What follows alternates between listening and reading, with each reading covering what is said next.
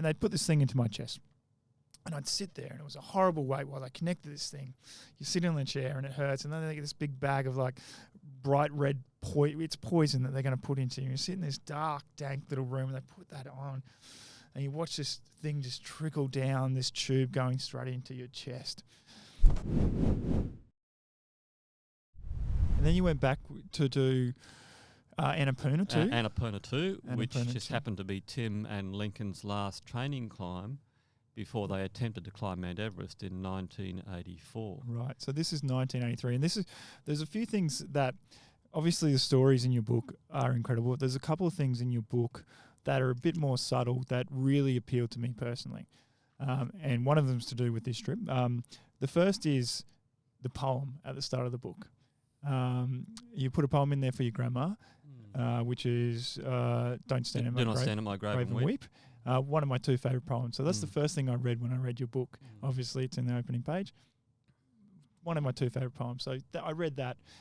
And then in the photo sections, there's a photo that you took of Tim and Lincoln on top of the bus in going through... We're all on top of the bus. All on top of the bus, sitting on top of the bus and going through to Pokhara.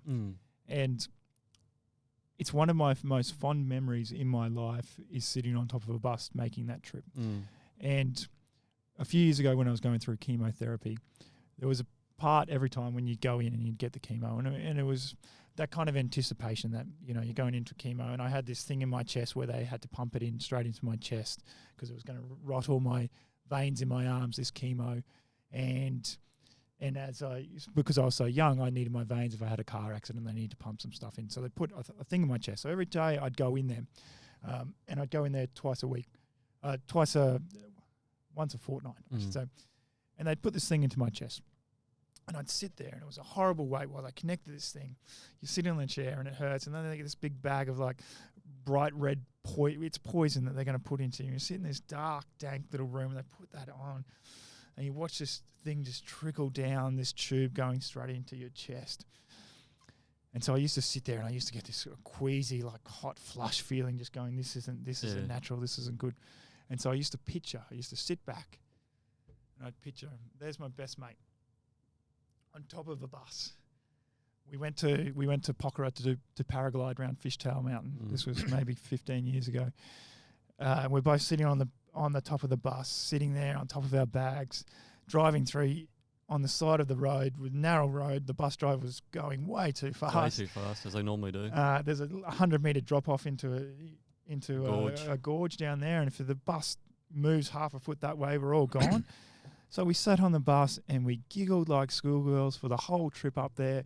You're surrounded by this vista of mountains, snow-capped mountains. There was such a sense of freedom in that moment. And so I'm flicking through your book and get to the photo section. There's this photo of you and the other guys, all young, the same age as I was when I went there, sitting on that bus. And it reminded me so much of that image in my head and I still go to that place. But when I was going through chemo, that was my spot. I sat on top of that bus and I just sat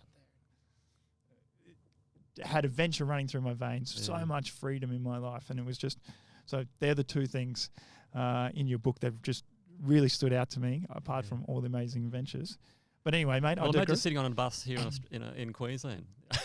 On the roof, you'd be sunburned. Well, you wouldn't be. I mean, the police would be after you straight away. Workplace health and safety. yeah. But just, those roads are crazy too. And we had to stop 2 or 3 times on that journey because it was obviously a big crash and a lot of people had died. They come round these blind turns, full speed, a bus going that way, a bus going this way, 2 rickshaws going that way, a truck full of gravel that can't brake, and it's all.